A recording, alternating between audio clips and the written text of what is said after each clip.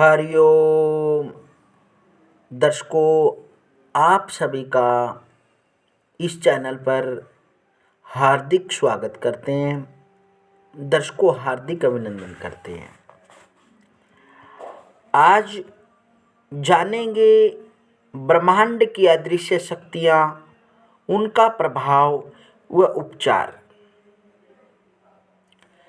हमारा ब्रह्मांड अनेक प्रकार की शक्तियों से ओतप्रोत है, जिनके बारे में जितना कहा जाए उतना कम है। मनुष्य योनियां 84 लाख योनियों में से एक है। हमारे धर्म ग्रंथों में यक्ष, किन्नर, अप्सरा से लेकर देव योनियों तक के वर्णन मिलते हैं। उसी प्रकार भूत, प्रेत, पिशाच, राक्षस, शाकनी, जिन्न, डाकनी, ब्रह्म राक्षस, कच्चे कलवे आदि का भी संस्कृति में उल्लेख मिलता है। ज्योतिष शास्त्र एवं अन्य ग्रंथों में यह माना जाता है कि मृत्युपरांत जीवन का अस्तित्व बना रहता है और जीव बार बार जन्म लेता रहता है।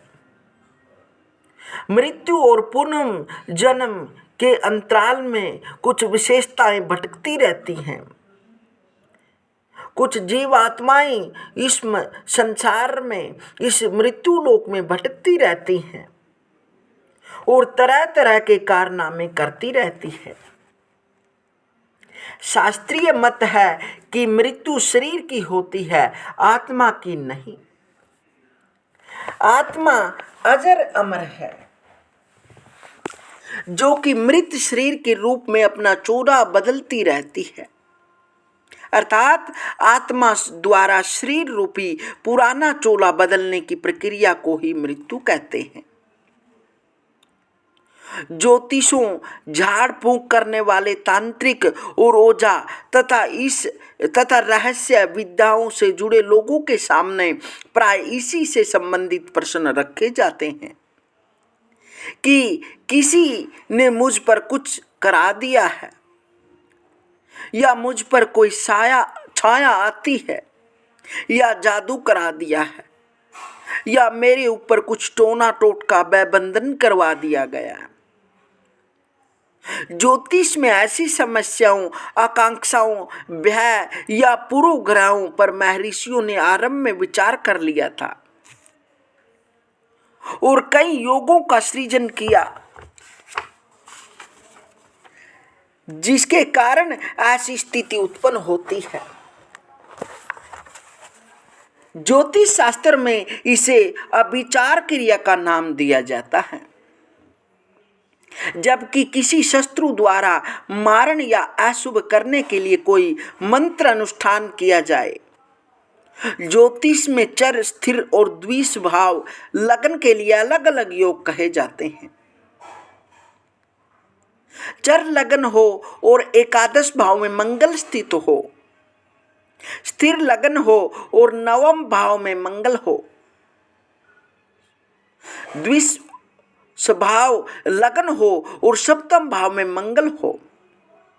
इस प्रकार के योग किसी व्यक्ति की जन्म पत्रिका में बने हो तो उस व्यक्ति पर अभिचारिक क्रिया का प्रभाव होता है, अथवा उस पर किसी ने कुछ करा दिया, ऐसा जाना पड़ता है।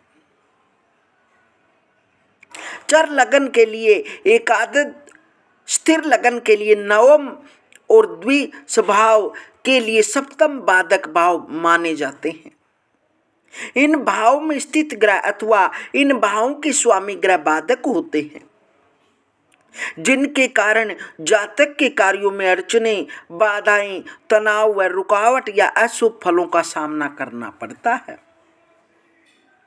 ज्योतिष शास्त्र में इस मान्यता को भी स्वीकार किया जाता है कि कोई व्यक्ति विशेष किसी अन्य के मंत्र अनुष्ठान आदि के कारण पीड़ित या परेशान हो सकता है।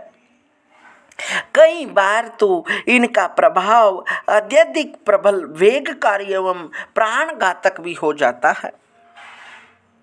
इन योगों के अतिरिक्त कभी कभी व्यक्ति देव दर्शन, भूत दर्शन या पिशाचवाद आदि के कारण भी रोगग्रस्त या परेशान रहने लगता है।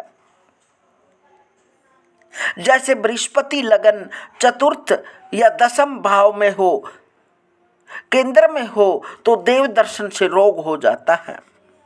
देव दर्शन में ऐसे रोग तब होते हैं जब व्यक्ति आशातीत प्रमादवश देवता का तिरस्कार कर दे या देव दर्शन की उपेक्षा कर दे, देव के समक्ष पैर पसार कर बैठे।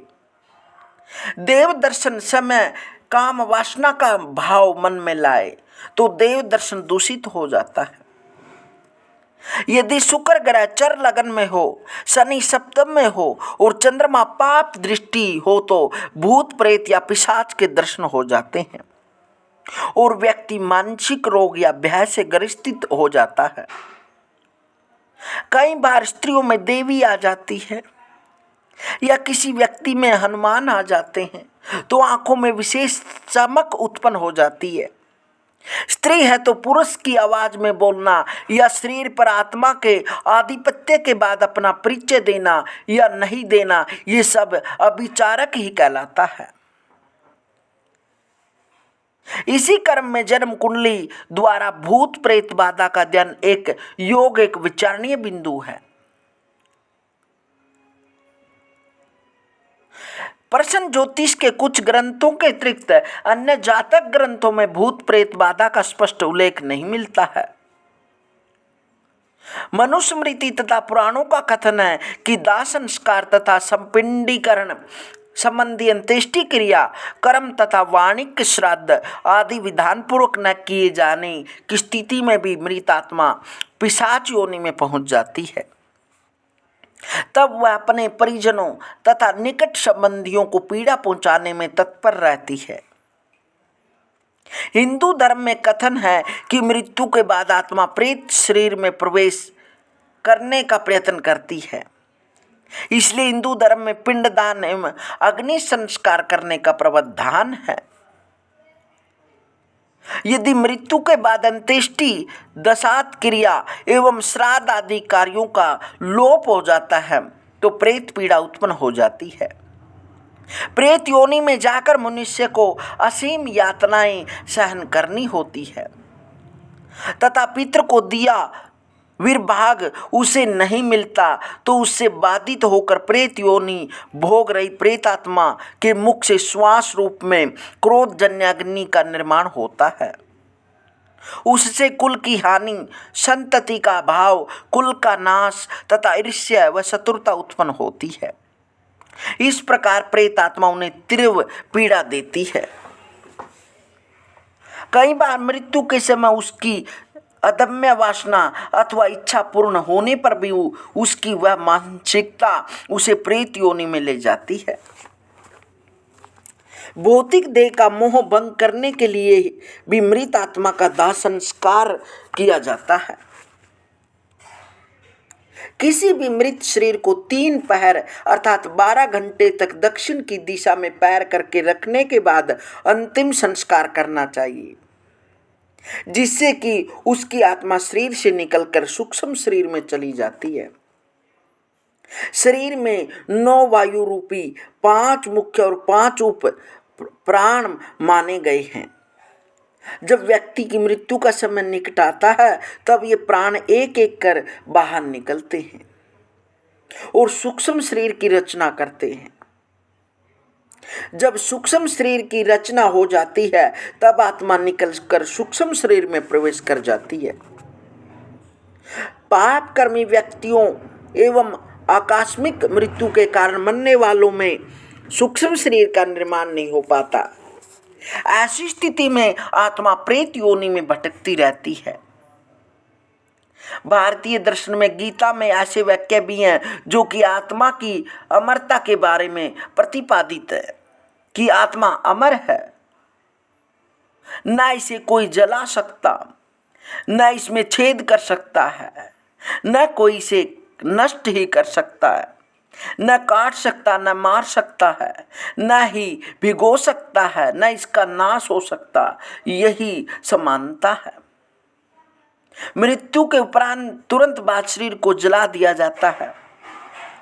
उस समय शरीर के जल जाने से आत्मा सूक्ष्म शरीर बनकर प्रवेश नहीं कर पाती है, तो इधर उधर भटकती रहती है और अशांत हो जाती है। कुछ आत्माएं अच्छी भी होती हैं, बुरी आत्मा प्रेत आत्मा बनकर अपने कुल में पीड़ा कष्ट देने लगती है और घर में उपद्रव करती है।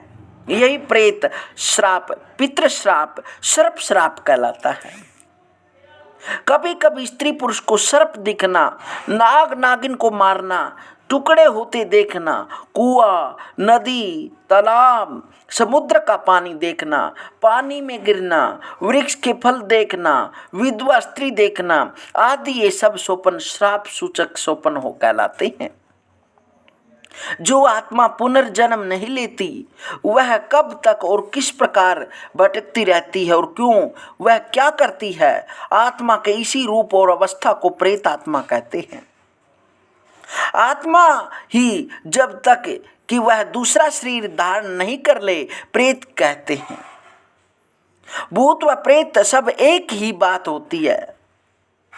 आत्मा कर्म नहीं करती, केवल भोग करती है, जबकि शरीर कर्म और भोग दोनों करते हैं। जैसे मनुष्यों में ब्राह्मण, क्षत्रिय, वैश्य एवं शूद्र आदि जाति भेद है, उसी प्रकार भूत प्रेत और आत्माओं में भी जो जातियों का भेदभाव होता है।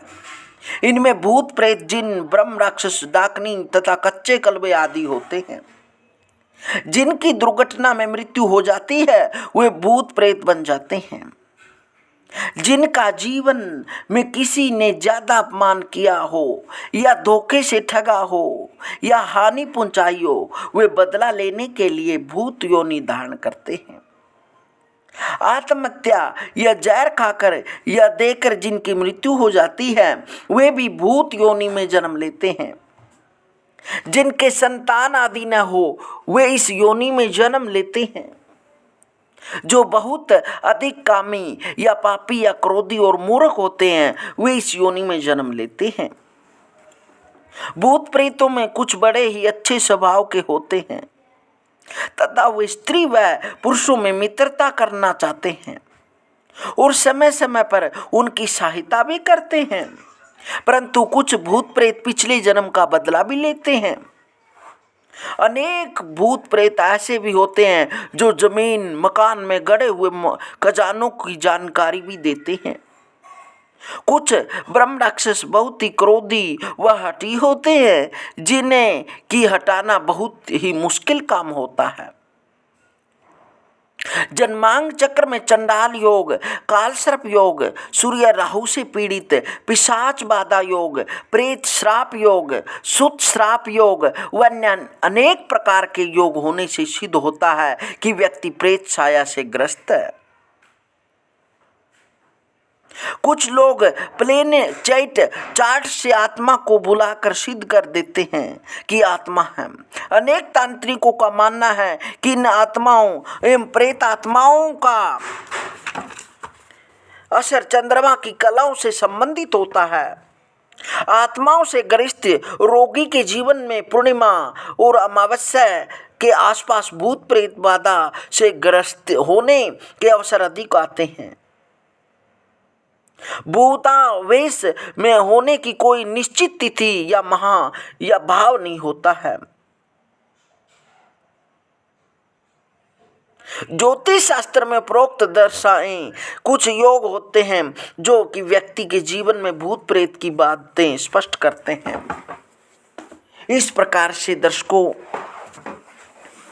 यह आत्मा यदि अतृप्त रह जाती है तो यह अनेक रूपों में आकर अपनी तृष्णा को पूरी करती है। इस प्रकार से व्यक्ति को कर्म अवश्य करना चाहिए, क्योंकि वह पार ब्रह्म परमेश्वर हर जगह देख रहा है। व्यक्ति को किसी से धोखा नहीं करना चाहिए, क्योंकि हम व्यक्ति से धोखा कर सकते हैं लेकिन वह पार ब्रह्म परमेश्वर कण कण में जो विराजमान है वह हर समय हमको देख रहा है। दर्शकों, यह बात आपको कैसी लगी कमेंट के माध्यम से ज़रूर बताएं। मिलते हैं दर्शकों अगले वीडियो में, तब तक हरिओम हरिओम।